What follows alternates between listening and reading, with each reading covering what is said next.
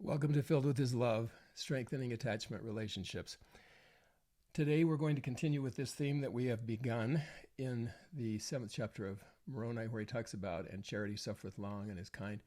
Today we're going to talk about charity is not easily provoked. I've subtitled it Anger and Relationships. Very important effect on relationships if we express anger.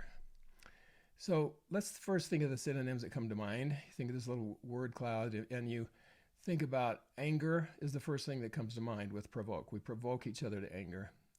We annoy each other by provoking. We irritate each other. We infuriate each other. Lots of adjectives for provoke.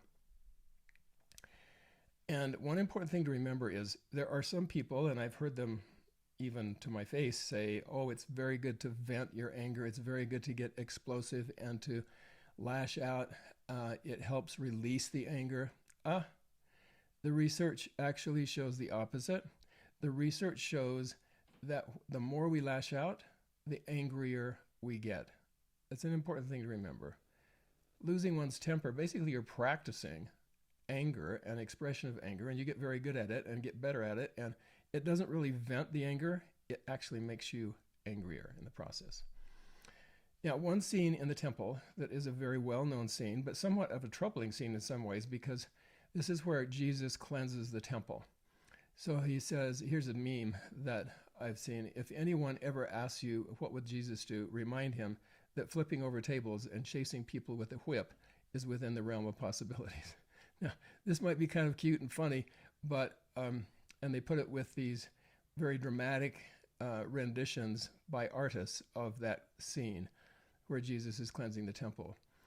But a lot of those are taken from the Matthew version. Well, let's take a look at the Mark version and see if it's a little bit different from what the artists depict oftentimes for that scene. In Mark 11:11, it says, and he entered Jerusalem, the Savior, entered Jerusalem and went into the temple. And when he had looked around at everything, so he saw that things were happening in the temple, as it was already late, he went out to Bethany with the 12. He waited. He did not go in immediately to cleanse the temple. He waited until the next day. And they came to Jerusalem the next day, and he entered the temple and began to drive out those who sold and those who bought in the temple. Now, it doesn't say that he was whipping them necessarily.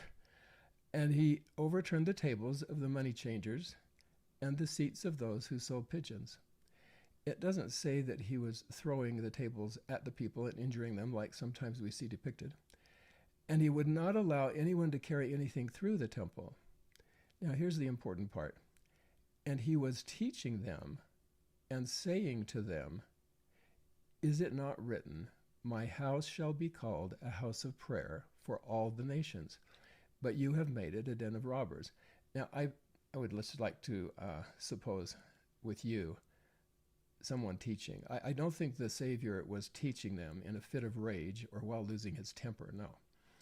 And the chief priests and the scribes heard it and were seeking a way to destroy him, for they feared him, because all the crowd was astonished at his, not at his anger, not at his losing a temper, they were all astonished at his teaching. And when evening came, they went out of the city. So they were being taught by Jesus that the temple was a very sacred, special place, and it could not have worldly things happening in it. They were astonished at his teaching, not at his temper. There's a new book out called Emotional, How Feelings Shape Our Thinking. It's by Leonard Mlodinov, and it's an excellent book. I highly recommend it. And here's a quote from that. Working together with our rational minds, emotion shapes virtually every thought we have.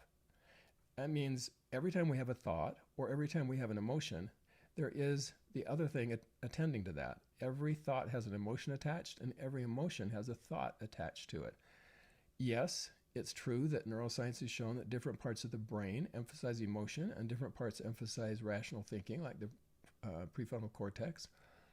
But it's all one brain, and we are all whole human beings. And so one, in other words, the frontal cortex, helps us control the emotional portion center of our brain.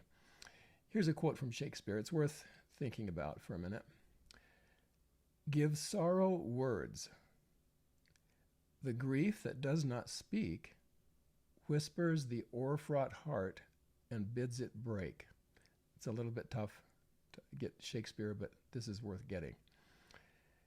So he's saying, don't lose your temper, but put words to your sorrow. Why are you sad? Why are you grieving? Why are you angry, in a sense? What is causing this? Think about it and decide what is causing this.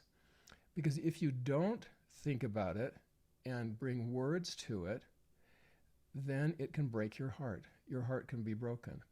So it is important to express emotion, very important, but not in an uncontrolled way.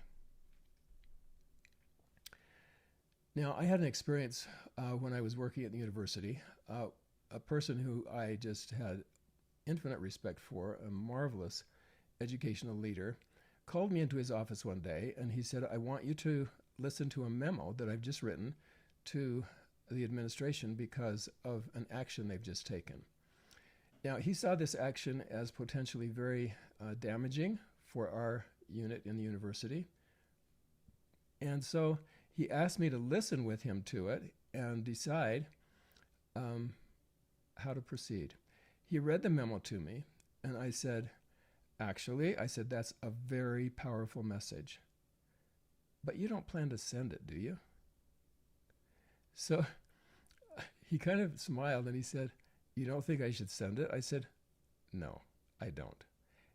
It's a great expression of, in a sense, it was an expression of anger toward the person who was making this decision with great rational thought about all the things that were wrong with the decision. But I thought, here's a memo that's not going to do any good. You're putting in writing your a little bit out of control emotions. And so, but it was good to write it.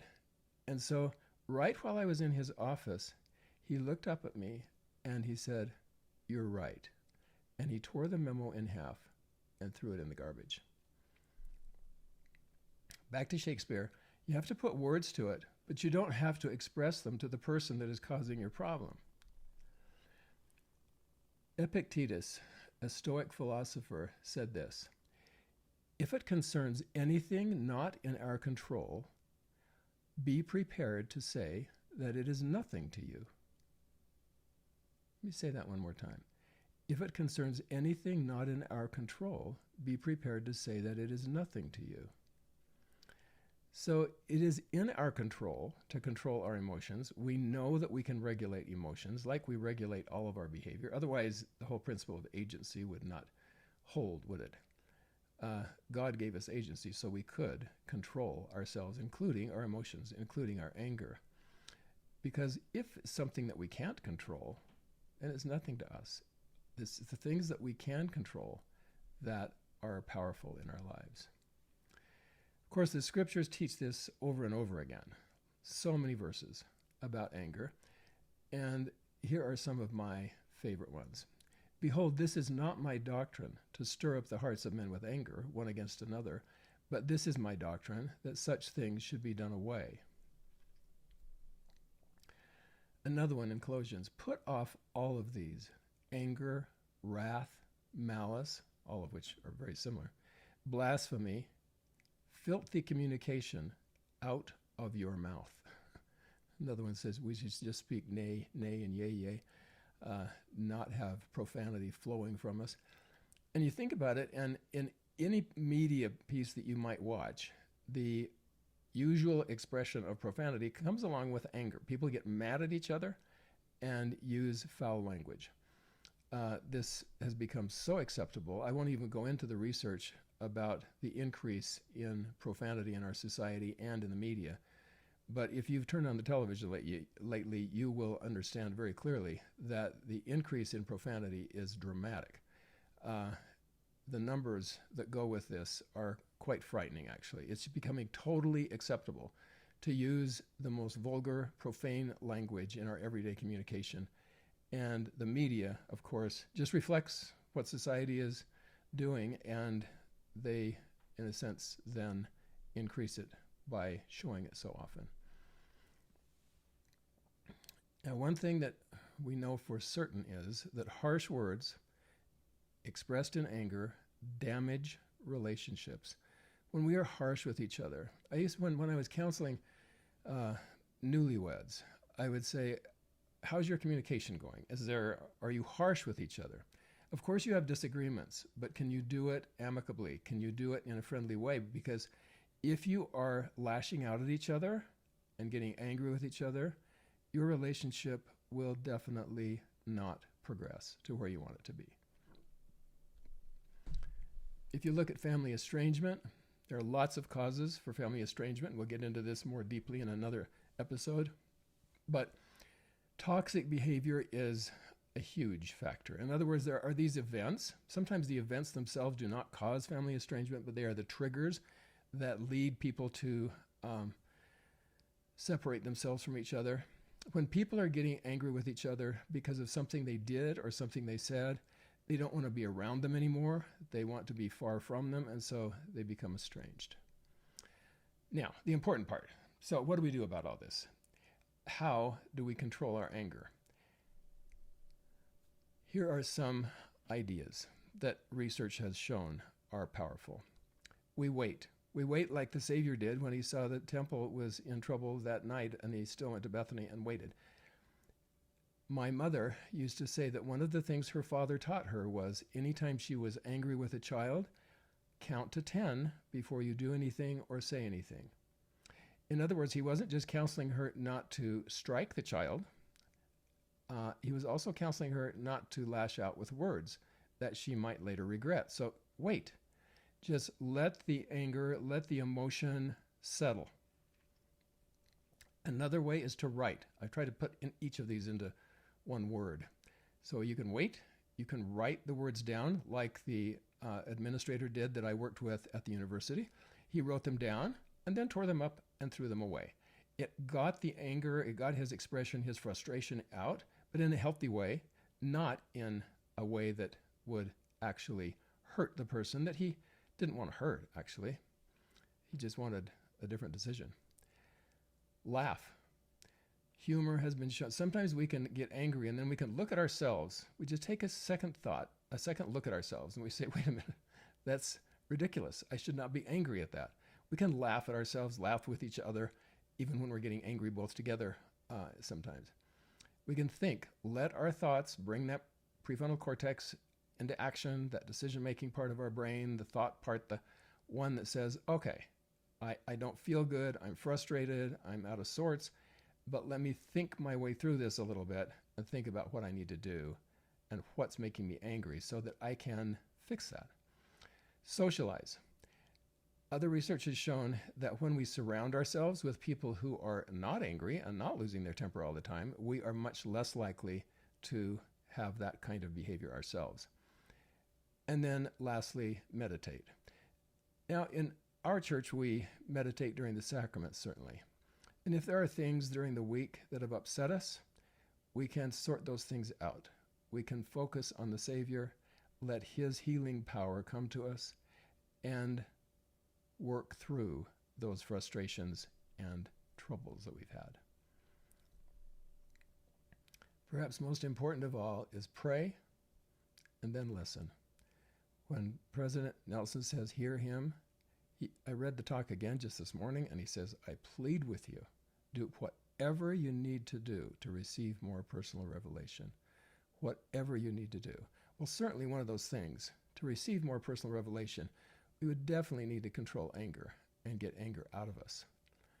We're not going to be receiving his word or his impressions or his counsel while we are losing our temper. Now,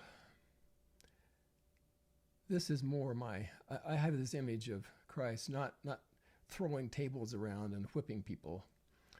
I have the image of Christ teaching in the temple, which he often did. And we all have temples that we can go to and receive his enlightenment when we're inside. So what we need to do, I think, more than excuse ourselves by thinking of Christ losing his temper, we need to say, what are the tables in our own heart, the tables of conflict perhaps, the tables of anger, the tables of frustration that we need to turn over in our own heart as we control our emotions. Because this, more than anything else, can lead to healthy, happy, enduring relationships, attachment relationships that are firm and eternal. I hope this has been helpful. Thanks for listening, and any feedback I would love to receive. Thank you. See you next time.